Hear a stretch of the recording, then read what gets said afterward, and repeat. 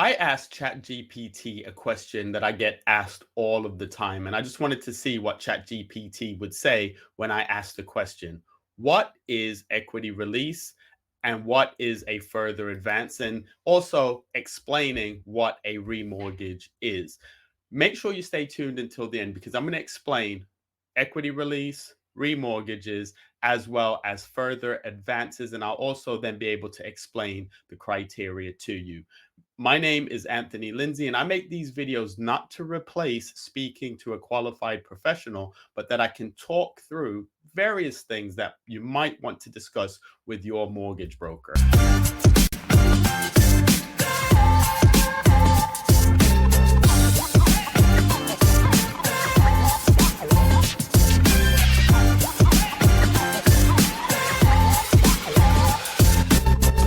I do find that as a mortgage broker, there are various questions that I get asked all the time, as well as the fact that sometimes customers or clients use terms that aren't clearly defined. So I like to define terms that I can understand and answer my clients' questions in the very best way. My name is Anthony Lindsay. I've been in finance for over 30 years. I've done everything from debt management to wealth management to lending. So when you speak to me, you're getting 30 years worth of experience from a broker that's done various different things and will always put you as the client first. So the zero broker fee situation is not a promotion. It's how we work every day.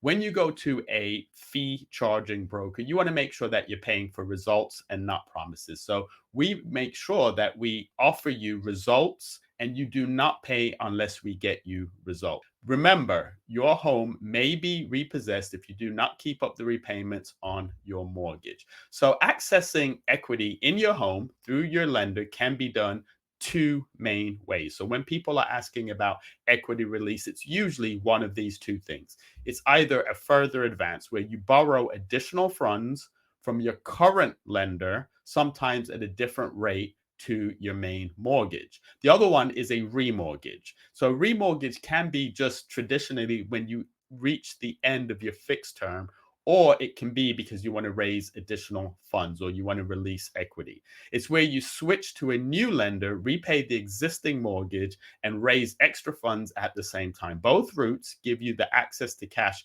tied up in your home, but they involve different costs, processes, and suitability checks. My friend Muzzy, who has an amazing property course, make sure you check him out online.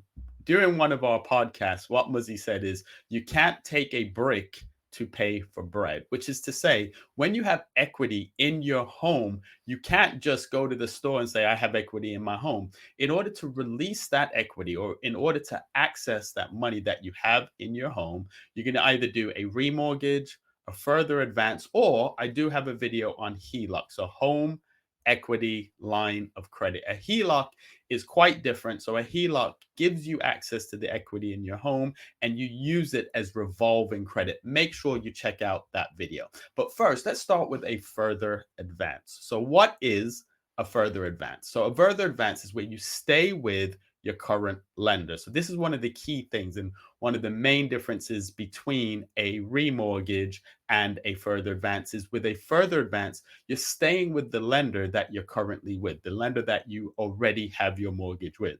It's an additional loan secured on your home. So it's a second charge, it's another loan. So when you log in to your account, to your mortgage account, you'll see two separate loans. So you'll see your main mortgage, you'll see the further advance. It may have a different interest rate from your main mortgage because it is a different product, it's a different amount. And it's useful if you want extra funds without changing lender. So you might want to stay with the existing lender because by staying with the existing lender, it's a little bit easier. The process is a lot quicker. Here's the criteria for a further advance. So it's an existing mortgage in good standing. So the current mortgage that you have, so the mortgage that you're paying each month, it has to be in good standing, can't be in arrears, you can't have had issues on payment arrangements.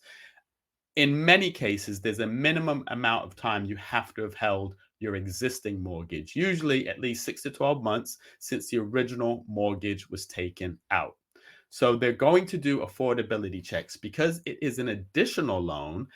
you need to be able to demonstrate to the lender that you can afford to make these additional repayments. So you're still paying your mortgage, but you're also now paying an additional loan. So the lender reassesses your income, your outgoings, the credit, just like a new loan, because it is a new loan. The purpose of the funds. So it must be an acceptable purpose to the lender. So home improvements, debt consolidation, major purchases. So when you speak to your mortgage broker about potentially doing a further advance, you're going to want to be clear and demonstrate what you're using the funds for. It is possible to use the funds for more than one thing. So you may want to do some home improvements. And while you're doing the home improvements, you also want to consolidate some debt. And you also then want to go on vacation. So there can be multiple uses, but each of the individual uses have to be acceptable to that lender. So you have to make it clear. And it's also percentages. So, like, let's just say you're borrowing £100,000 and 70,000 of it is for home improvements, 20,000 is for debt consolidation, and 10 is for, let's just say, to go on vacation. There can be percentages, but the way that they're going to assess it is what is the bulk of the money going to. If the bulk of money is going to debt consolidation, then it's for the most part viewed as debt consolidation. But this is something that you will discuss in detail with your mortgage broker. Some more of the criteria for a further advance. So, loan to valuation limit. So, the loan to valuation is the amount of equity you have in your home versus how much you're borrowing. So, let's just say your house is worth 500,000 and you owe 300,000. So it's worth 500,000, you owe 300,000, you have 200,000 pounds worth of equity. You wouldn't be able to borrow that full 200,000 pounds as a further advance. You would have to make sure that the loan to valuation aligns with the lender's acceptable criteria. There are minimum and maximum amounts. Some lenders set a floor, so a lower limit, which would be a maybe £5,000, and some will set a maximum amount. So that's above and beyond the loan to valuation. So when you're speaking to your mortgage broker, you'll be able to get a feel for how much you can borrow to stay within the loan to valuation and make sure that it's within the floor and ceiling limits of that particular lender. And the interest rate, it may be different from your main mortgage product. It's a separate sub account. So, as I said, when you log into your mortgage account, you will see that there is the main mortgage. It will have its interest rate, it will have its term, and you will see this sub account or the further advance, but it will all be in the same account. It may have different interest rates. It may even have different terms. So you may just need, a smaller amount and you take out £10,000, but you don't want that £10,000 to run for 20 years alongside your mortgage. So you may do that £10,000 for a shorter term. But each lender is going to have their own individual criteria. So make sure that you're discussing your needs, your situation, the outcomes that you're looking to get with your broker. Now, there's a very, very, very different thing. So we just talked about further advances. So a further advance is where you're getting additional money from the equity in your home with your existing lender. A remortgage is different because a remortgage means you're going to a different lender. So obviously, because you're going to a different lender, it can be a little bit more admin for you. There's going to be more hoops to jump through because you're going to a different lender. The reason why someone might choose to go to a different lender, do the remortgage as opposed to the further advance, is they may not meet the criteria for the further advance with their current lender, or they may not be able to get as good an interest rate with their current lenders. There's different reasons why someone would opt to release equity via a remortgage with a further advance as opposed to just doing a further advance with the existing lender. So you switch to a new lender, you pay off the old mortgage. This is a key thing. So you're paying off the original mortgage that you had and you're borrowing more money. So let's use that scenario again. You have a property worth 500,000. You owe 300,000, which means you have 200,000 pounds worth of equity. You then pay off that 300,000 pounds that you owe to your original lender, And then let's just say you need an additional £50,000. So you are now doing a remortgage where that £300,000 is paid off and the £50,000 is given to you as the cash in hand for whatever you want to use it for. The thing to remember now though is now instead of paying payments on 300,000 as you were before, you're now making monthly payments on 350,000 pounds. So quite often when I do remortgages for people, either because their fixed term has ended or they're looking to raise capital for various reasons, and I show them their new monthly repayments based on the same term. Let's just say they had 20 years left on their original mortgage and they're remortgaging for 20 years. And I say, well, your payments were 1,700 a month. Now your payments are going to be 2,000 a month. They're like, well, why is it more? Because you've just borrowed more money. So you owe more money. Therefore, you're repaying more money. So you can access better rates if your circumstances have improved. I love when this happens. So I love when a client, maybe when they first got their mortgage, may have had some credit issues, let's just say, and they had to go to a specialist lender. They stayed with that specialist lender 2 years, 3 years, 5 years, whatever. They tidied up their credit. They put themselves back in a solid position. And now, because they've done such a good job with their mortgage, they're now able to not only remortgage and raise additional funds, but they're now able to go with one of the main street lenders. So now they're able to access better interest rates. The remortgage can often be more flexible, but it involves fees because it is a new mortgage, you're going to have to pay for valuation potentially, legal fees, product fees, all of the things that you might have paid for when you took out your original mortgage. So that's a remortgage. Let's just look at some of the criteria. So the remortgage criteria. Most lenders want you to have at least 10 to 20% maximum loan to valuation, usually 80 to 90%, lower for buy to lets. So what that means is, again, your property is worth 500,000. You owe 300,000. You're doing a remortgage. So you pay off the 300,000 you owe, you're taking out 50,000. You wouldn't be able to take out the full 200,000 because the property is only worth 500,000 and you have to pay back the 300,000. So you wouldn't be able to take it to what's called 100% loan to valuation, which means you owe as much as the property costs. So you wouldn't be able to do that. Usually they want to see that you're between 80 and 90% loan to valuation. If it is a buy to let property, so you're remortgaging a buy to let property, and I do have a lot of videos on buy to let mortgages versus residential mortgages. But if you're doing a remortgage on a buy to let property, then the loan to valuation is usually going to be around 75 to 80%, but it's not going to be at that number of a residential property. Payments must be up to date with no recent arrears. There are some exceptions to that in that there are specialist lenders. However, for the most part, you're going to want to make sure that you have missed no mortgage payments. You had no late payments, no missed payments within the last 12 months. Some lenders will look at it if you've made maybe one missed payment or late payment within the last 7 months. But if you can make sure that you're completely up to date, you haven't missed any payments, or you haven't had any late payments or anything like that, it's going to give you the best opportunity to get the best rate with the best lender. But as I always say, I'm not giving financial advice, legal advice, or tax advice. And I'm not talking you through this that you can take my advice and go and do something. I'm talking you through this that you can understand enough to go and speak to a mortgage broker, that you can ask questions, or maybe you've already talked to a mortgage broker and you didn't feel comfortable asking certain questions. So certain terms were being bantied about, further advance, loan to valuation, remortgage, whatever, and you didn't feel comfortable asking questions. So these videos are there to help explain things in a way that you can pause, rewind, watch again, but make sure that you have the financial literacy that you need to be an informed consumer.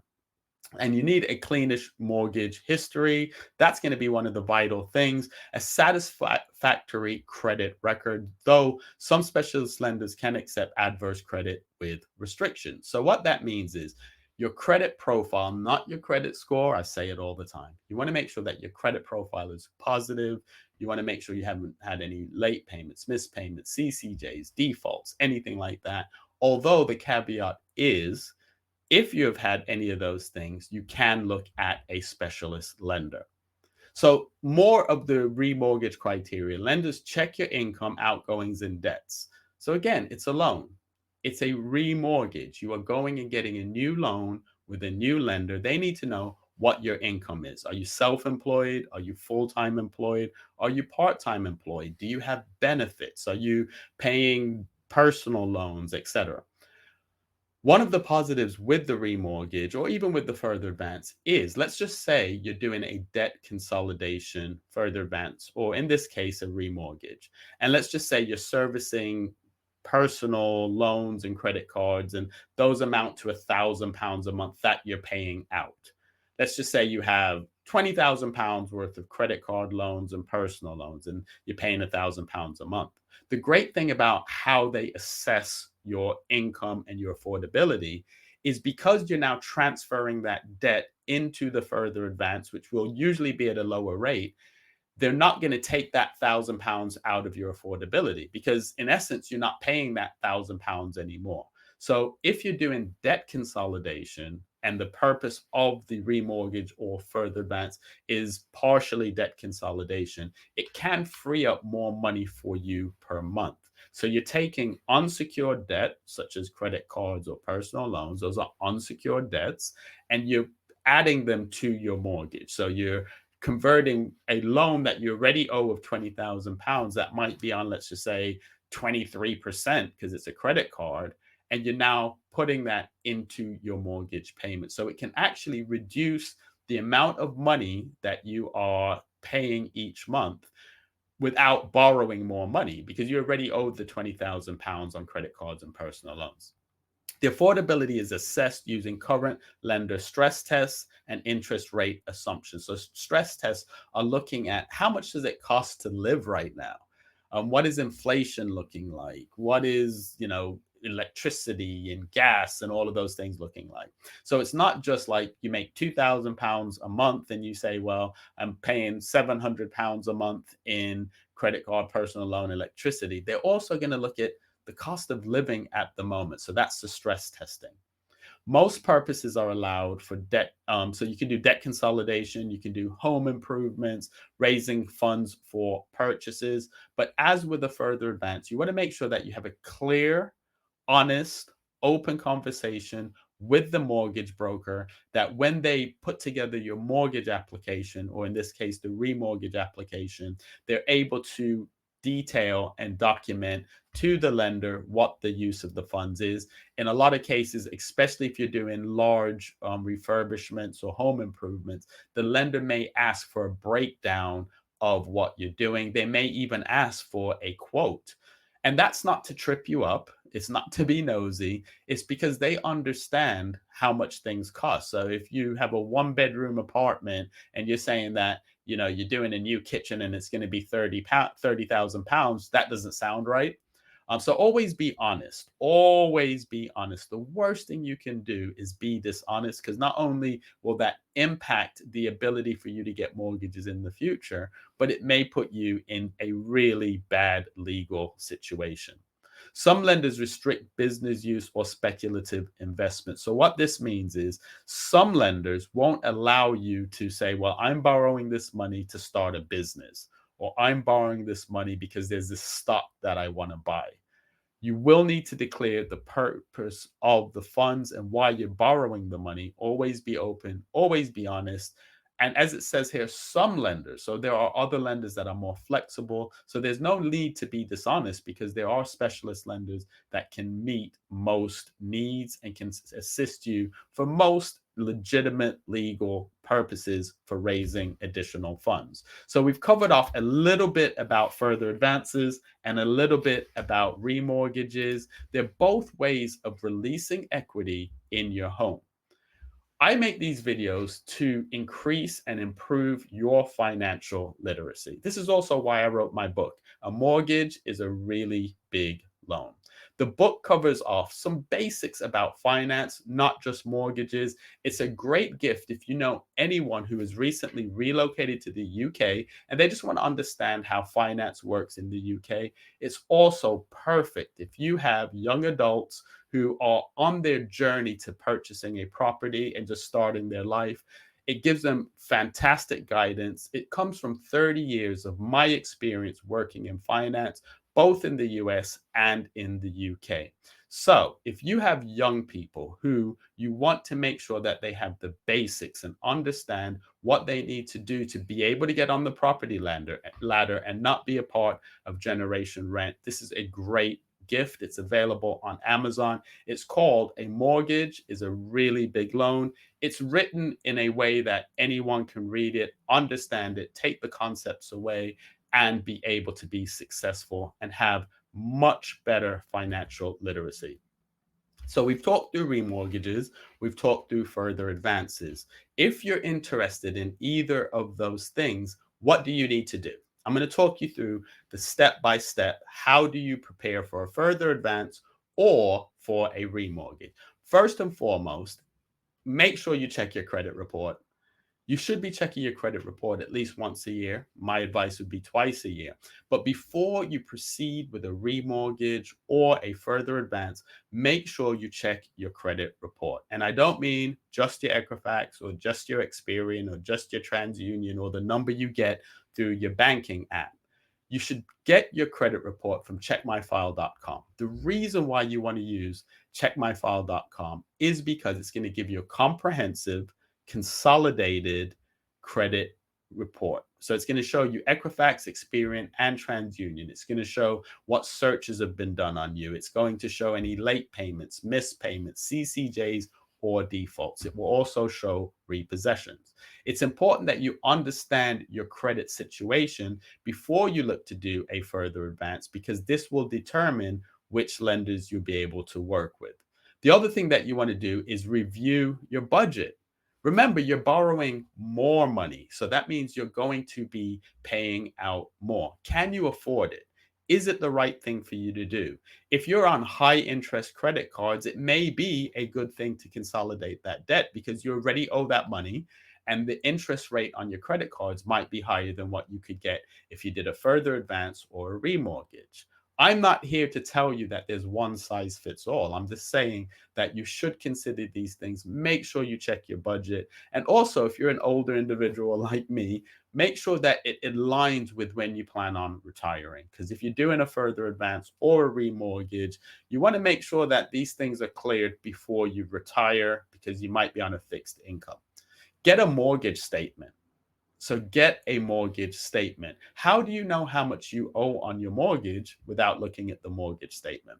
So most lenders are going to give you an online portal that you can look at your mortgage, you can look at the repayments, you can look at the interest rate, you can also consider, are you in a fixed term? So if you're doing a remortgage, which as I explained, you're paying off the existing lender, if you're in a fixed rate term, then there will be early repayment charges. So if you're on a 5-year fixed and you're 1 year into your 5-year fixed, the early repayment charges could be quite high. So you're going to want to make sure that you factor in any early repayment charges, or in that case, a further advance may be the best option for you because that way you can avoid those early repayment charges. Make sure you speak to your mortgage broker. This advice is not legal advice, it's not financial advice, and it's not tax advice. And there can be implications to benefits and other things by remortgaging or doing a further advance. So make sure you speak to a qualified professional. Speak to the mortgage broker early. Don't wait until the last minute, which I see all the time. If you're thinking about it and you're vacillating and you're unsure, that's okay. Speak to the mortgage broker early. What I do find 9 out of 10 times, people have this idea in their mind, well, should I do it? Should I not do it? And they're just going around and around and around in their mind. Then when they decide to do it because the credit card bills are too high or they're about to miss a payment because there's issues with their cash flow or whatever, then they go to the broker last minute and they transfer all of that pressure all of that stress, all of that urgency onto the mortgage broker. Now, we're professionals, we're licensed professionals, and we're used to it, but it can be avoided. In my world, I always advise people and encourage people to speak to a mortgage broker 6 months before you think you're ready to do a thing. Most professional mortgage brokers are happy to have the conversation with you. They're not going to charge you for the conversation, and they will be able to advise you and prepare you that 6 months down the line or 4 months down the line, when you're ready, all your ducks are in a row. This is one of the reasons why I do a free mortgage capacity report. So, free mortgage capacity report. This is where you call me, you explain your situation, you explain the desires and the hopes of your heart, and I will put together a plan on how you get there. It's not a credit check. It's not even a mortgage application, but it will give you transparency and all the information you need that when you are ready to do a mortgage application, you have the answers, you have a feel for the numbers. Now, as a caveat, if you come to me 6 months before you're ready and we look at some numbers, we look at some rates in real time, 6 months later, the rates may be different, but at least you'll have a feel for what you need to do, what the numbers look like, what the repayments look like, or you may decide that in looking at it, there's other ways of doing it. There's better ways, there's less expensive ways, or there's ways that don't involve as much admin. But the key is to be prepared and not to wait until the last minute. That would be my best advice to you. And as you're preparing and as you're reviewing your situation, make sure you don't forget about estate planning. This is one of those things that is a passion of mine, explaining to people that you're going to die someday. And if you own a home and you're paying a mortgage on it, especially if you're married, do you want to leave that burden to the surviving spouse? Do you want to have a situation where because you pass away, your kids are now in jeopardy of losing the home that they're growing up in? Estate planning is not one of those things where the mortgage broker's talking to you about it because they just want to sell you stuff. We are required by law to make sure that we offer you a solution to any gaps you have in your life. So, the three things that we'll talk to you about are income protection. So, income protection means that there's a policy in place that if you are off work due to sickness or to accident, you have an income coming in. It's a very specific conversation, and our protection department is there to support you. They're not there to sell you stuff. So that's income protection. Critical illness, some people call it cancer cover. Critical illness cover is a policy that you can put in place that if you are diagnosed with a critical illness, there's a policy payout for you depending on the terms and conditions of the specific policy that you take out. But critical illness cover is a safety net for those people like myself who maybe have lost family due to cancer. I lost my father, I lost my grandmother, I lost my grandfather, and various other people who I really care about, I've lost to cancer. So when I was doing my mortgage, I made sure and put something in place because I know that it's an important thing. And not too long ago, on one of the podcasts, I interviewed a woman from UW, from Utility Warehouse, and we were just talking about saving money, etc. The purpose of the conversation was not protection. But during the conversation, she brought up the fact that she had taken out a mortgage. During the mortgage process, she actually did have the conversation with the broker and had a critical illness cover. I think she said within 2 years of taking out the mortgage, she was diagnosed with cancer. She survived because I was interviewing her, and it paid off her mortgage. How amazing is that? So she was diagnosed with cancer, which nobody wants to hear. However, the stress and burden of worrying about how to get better and how to pay a mortgage was halved because now all she had to do was focus on getting better because her mortgage was paid off. And the other thing that we speak about, which is a no brainer, and that's why I usually do it last, is life cover. So, life cover is pretty straightforward. You're going to die. Life cover is a policy that you can put in place that when, not if you die, if you're still in your mortgage term, when you die, it can pay off your mortgage. This is an overview of the products. I'm not giving financial advice, legal advice, or tax advice. make sure you have a serious conversation with your broker about these products. So, life cover, income protection, and critical illness. And as part of it, when you are doing your mortgage, it's a great time to review your will. I think they said about 60% of people in the UK don't have a will, which is crazy. You should always make sure that you have a will in place. Even if it's just a basic will, there's some great companies out there that can do a will for you. But when you're doing your mortgage, it's a great time to review it because maybe you've had kids since you took out the original mortgage. Maybe you are doing a further advance, which means the amount that you owe is higher. So that's why you would want to review your protection, but also review your will. When you do a will, if you read my book, you know that I say I have a whole chapter dedicated to wills. Make sure that everybody knows what everybody knows.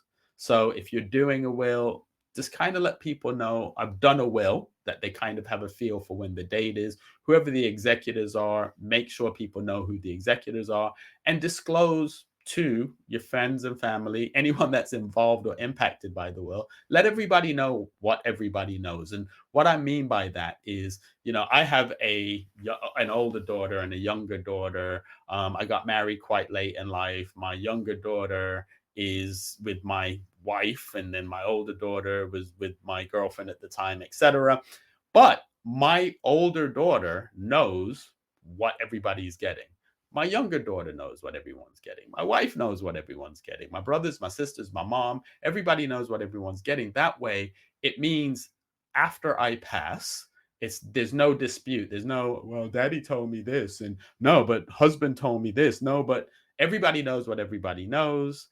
If there's any issues around that, I can deal with that now. I think quite often the reason why people don't have this discussion or don't put a will in place is because they're like, I'll be dead. Who cares? This is what a lot of West Indian people will say. They'll say, I'll be dead. Let everybody just deal with that. I think it's a very selfish way of doing it. But anyway, make sure that everybody knows what everybody knows.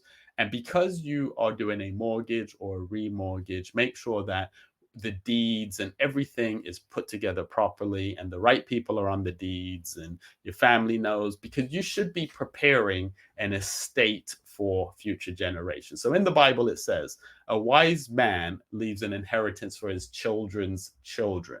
That's a huge task. So having the right protection in place, making sure that you're deliberate in your property pursuits can contribute to you leaving an inheritance for your children's children. Today, we've covered off remortgages, further advances. Sometimes when people are talking about equity release, they may be talking about lifetime mortgages, which account for about 95% of later life lending. Sometimes they might be talking about reversion mortgages, but very rarely, because that's only about 5% of the mortgage. I do have a video where I cover off lifetime mortgages, reversion mortgages. A lifetime mortgage, in a nutshell, is a mortgage where an older person, usually over the age of 55, takes some equity out of their property, but they don't have to repay it until either they pass or they go into full-time care. So that's a lifetime mortgage in a nutshell, but I do have another video on that where I go into that. The key thing with lifetime mortgages, and particularly with reversion mortgages, make sure you get independent legal advice, because these things do impact your estate. My name is Anthony Lindsay. And as I said, if you need a mortgage broker that will deliver and you pay for outcomes and not promises, make sure that you reach out to me. Within the first 10 minutes of our initial conversation, I'll be able to establish what I can do for you. I'll explain my fees. But as I said, there are zero broker fees if we do not get you an offer. I make these videos that I can explain maybe some things that might be complex or some jargon that you might have heard. I don't make these videos to replace speaking to a qualified professional that you know, that you trust, that can answer your questions. I don't give legal advice, financial advice, or tax advice, but I am a licensed mortgage broker and I'd love to talk to you. So if you have friends or family that need a mortgage and want to speak to a mortgage broker, make sure you book an appointment. I appreciate you watching, and make sure you like, make sure you share, and make sure you subscribe. Even if you've watched just about a minute of this, make sure you subscribe because it lets the YouTube algorithm know that what I'm doing is valuable and people want more. And please do leave a comment in the comment section. I do my best to respond to all of the comments. And if you're a broker, if you're an individual, or if you're a parent and there's a topic you'd like for me to discuss, please put that in the comments.